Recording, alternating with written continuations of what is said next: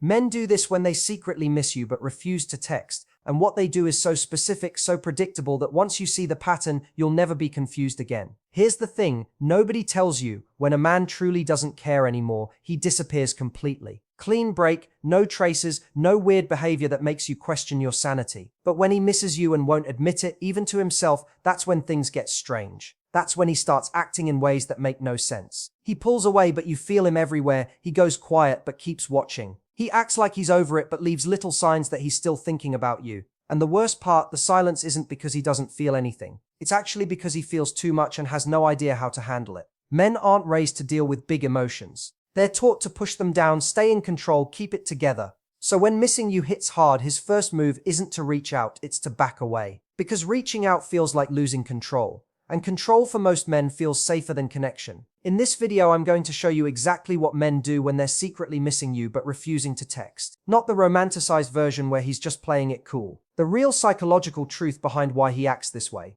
Because once you understand what's actually happening, his silence stops controlling you and starts showing you everything you need to know. Missing someone isn't just about thinking about them randomly throughout the day. It's actually a response your brain has when someone who mattered suddenly isn't there anymore. When a man misses you, his mind doesn't just remember you fondly, it reacts to the empty space you've left behind. Your energy, your presence, the role you played in his daily life, all of that disappears and the brain hates gaps. It tries to fill them constantly. This is where the internal battle starts. Most men are taught from a young age that needing someone emotionally equals weakness. So when missing you triggers that need, it creates a war inside him. One part wants to connect, wants to hear your voice, wants things back to how they were. The other part wants to stay in control, protect his pride, avoid looking desperate, and guess which side usually wins first? Control every single time. Here's what happens psychologically. Missing someone activates what's called memory loops. His brain starts replaying moments without him even trying. Conversations you had, inside jokes, the way you laughed at something stupid. These memories pop up automatically. His brain linked you to good feelings, comfort, excitement, maybe even stability. When you're gone, his nervous system actually feels the difference. That's why missing someone can feel physically uncomfortable, not just emotionally sad. But instead of dealing with that discomfort by reaching out, most men do the opposite. They internalize it. They watch from a distance instead of getting involved. They stay quiet because texting feels like admitting they're emotionally exposed. Silence becomes protection, a way to stay connected to the feeling without risking rejection or losing power. What's really important to understand is this: missing you doesn't automatically lead to action. Action needs emotional safety. If he's scared of rejection, scared of looking weak, scared of losing control, he'll choose distance over connection, even while thinking about you constantly. This is why men can miss you deeply and still do absolutely nothing about it. The feeling is completely real, but the fear is louder. And until fear feels less threatening than being vulnerable, silence becomes his compromise between wanting you and protecting himself. Understanding this changes everything. It stops you from taking his silence personally and helps you see it for what it really is. An emotional struggle, not a lack of feel. When a man watches you but won't text, it's never an accident and it definitely means something. Watching is the safest way to stay connected. It lets him stay emotionally close without putting himself out there, without facing rejection, without having to explain himself. Watching keeps him in the loop. He sees how you're doing, whether you've moved on, if you're happy, if you're thriving without him.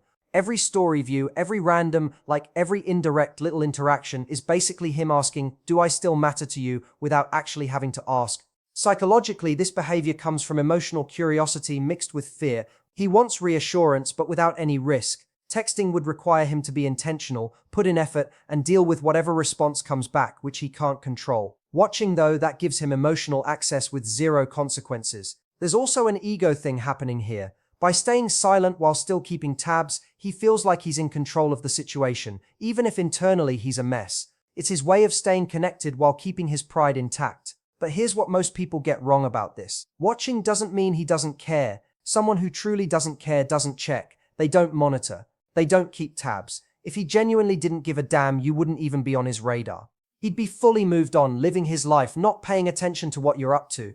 However, watching also doesn't guarantee he'll ever do anything about it.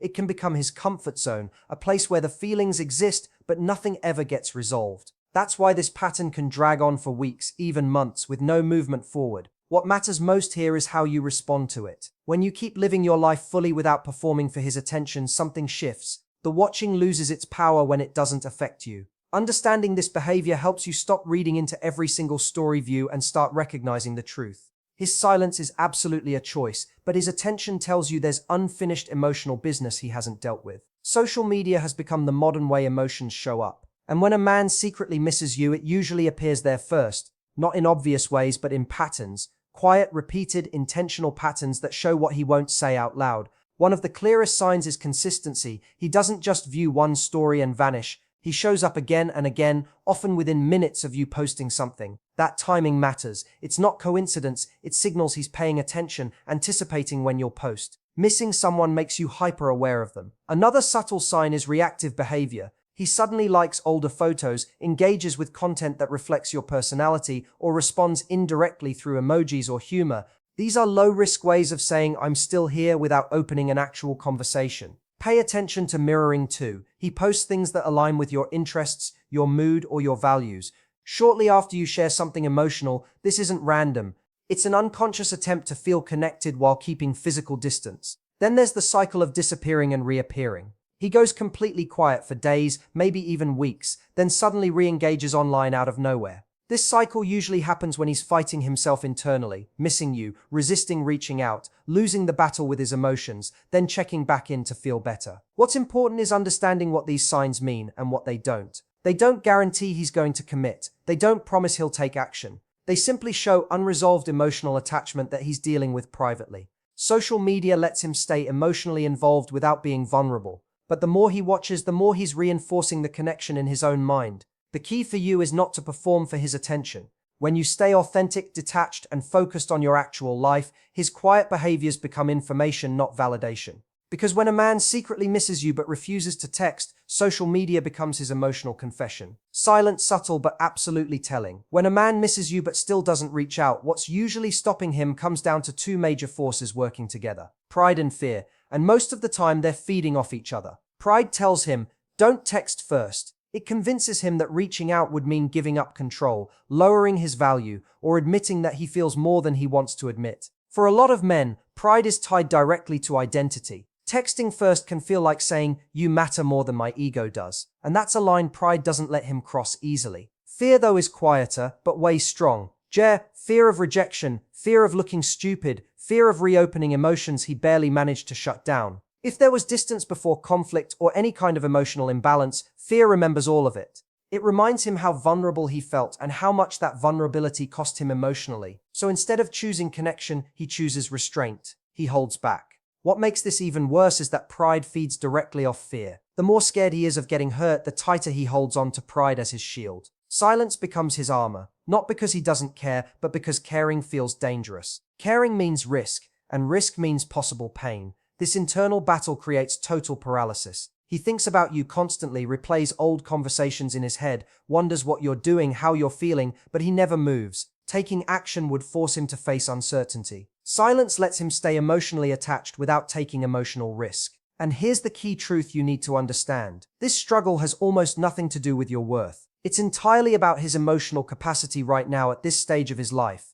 Some men would rather lose the connection than lose control. Understanding this completely shifts how you see the situation. His silence isn't strength, it's hesitation. And once you see that clearly, you stop waiting around for him to find courage. And you start choosing yourself instead. When a man starts pulling away, right? When feelings get deeper, it feels confusing, maybe even painful. But psychologically, this is actually one of the most predictable patterns in relationships. The moment feelings intensify, the stakes change. And not everyone knows how to handle higher stakes emotionally. At the beginning, connection feels easy and light. There's excitement without responsibility, attraction without vulnerability. But when feelings grow stronger, something shifts inside.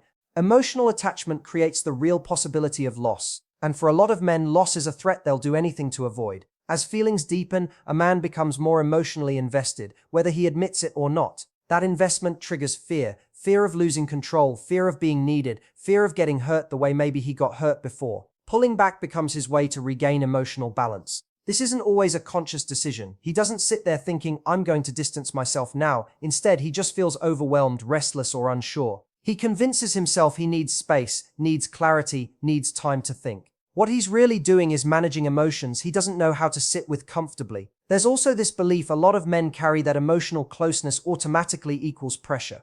Pressure to perform, pressure to commit, pressure to meet expectations they're not sure they can meet. When feelings grow, they start worrying about disappointing you or losing their independence. Distance feels safer than risking failure. Another factor is emotional conditioning. A lot of men were never taught how to actually process emotions. They were only taught how to suppress them, push them down, ignore them. So when feelings rise to the surface, their instinct isn't to express them, it's to withdraw. Silence becomes a way to cope. Here's the important distinction to make. Pulling back doesn't mean the feelings aren't real. A lot of times it actually means the feelings are too real. The stronger the emotion, the more threatening it feels to someone who doesn't have the tools to deal with it. But this is where clarity really matters for you. You are not supposed to shrink yourself, chase him down, or prove your worth to someone who backs away from connection. If he pulls back, it shows his current emotional capacity, not your value as a person. Understanding this helps you stop taking his distance personally. His pulling away isn't rejection of you. It's resistance to he feeling, and once you see that, you can decide whether you want to wait around for him to grow up emotionally or choose a connection that doesn't require you to be patient with someone who isn't ready. One of the most important things you can learn in relationships is the difference between genuine interest and the need for control. On the surface, they can look almost identical. Attention, curiosity, emotional intensity. It all feels similar, but underneath they come from completely different places. Interest comes from desire. It wants connection, closeness, shared experiences, building something together. A man who is genuinely interested doesn't just want access to you. He wants to participate with you. He communicates openly. He shows up consistently. He's willing to risk being known, being seen, being vulnerable. Control, on the other hand, comes from insecurity. It doesn't want connection, it wants certainty. A man driven by control wants to know where he stands without having to fully show his cards. He watches, checks in indirectly, and keeps emotional distance while somehow keeping you emotionally engaged. This is where the confusion happens. Control can feel intense. He pays close attention to what you're doing, reacts when you pull away, and reappears right when you start to move on. But these actions aren't about building something real. They're about maintaining influence over you. The key difference is consistency. Interest moves forward, it grows, deepens, and gets clearer over time. Control loops, it creates cycles. Silence, then attention, then disappearance, then reappearance. Not to make progress, but to prevent you from getting closure and moving on. Another important marker is emotional risk. Interest accepts vulnerability. It's willing to be uncomfortable for the sake of connection. Control avoids vulnerability at all costs. A man who's genuinely interested will take emotional chances even when the outcome isn't guaranteed. A man seeking control wants reassurance without having to expose himself. This distinction matters because control can look like care. It can make you feel seen while still leaving you uncertain, connected but not secure, chosen but not claimed. Understanding this gives you real power. You stop interpreting attention as intention. You stop confusing emotional pull with emotional availability. And here's the truth that changes everything. Genuine interest doesn't leave you guessing. It doesn't operate through silence, mixed signals, or emotional mind games. It shows itself clearly through consistent action, real effort, and actual presence. Once you recognize the difference, you stop settling for attention that keeps you stuck in limbo, and you start choosing connections that don't require you to decode silence just to feel valued. When a man goes silent, the urge to do something about it can feel completely overwhelming. Your mind starts racing, filling in the blanks, replaying every conversation, searching for what you might have done wrong. But what you do in this exact moment can either protect your power or slowly give it all away. The first mistake is chasing clarity. Sending paragraph-long messages, double texting, or asking why he disappeared might feel reasonable in the moment, but it usually backfires. It shifts the balance. Instead of him missing you, he becomes reassured that you're still waiting around, and silence loses any consequence. Another common mistake is over-explaining yourself. You start justifying your feelings, softening your boundaries, or trying to be overly understanding at your own expense. But over-explaining doesn't communicate maturity. It communicates uncertainty. Emotional clarity doesn't need to be explained or defended. Avoid performing for his attention. Posting with the specific intention of being noticed, creating stories to make him jealous, or subtly signaling your availability keeps you emotionally tied to his reaction. The second your actions are about getting his response, you've handed control over to him. Resist the urge to blame yourself. Silence often triggers the immediate question, what did I do wrong? But internalizing his withdrawal creates a false story where you become responsible for his emotional limitations. That's not fair and it's not accurate. Also, don't pause your entire life waiting for him to come back. Delaying decisions, holding emotional space open, or staying mentally available keeps you stuck in a state of anticipation. Waiting creates attachment without any commitment in return. The most damaging thing you can do is drop your standards. Accepting inconsistent behavior because you hope it'll change eventually teaches him that minimal effort is enough to keep access to you. That's not a foundation for anything real. What you don't do when he goes silent matters way more than what you do because silence is revealing. It shows you exactly how someone handles discomfort, responsibility, and emotional risk. When you don't chase, don't over-explain, and don't make yourself smaller, something powerful happens.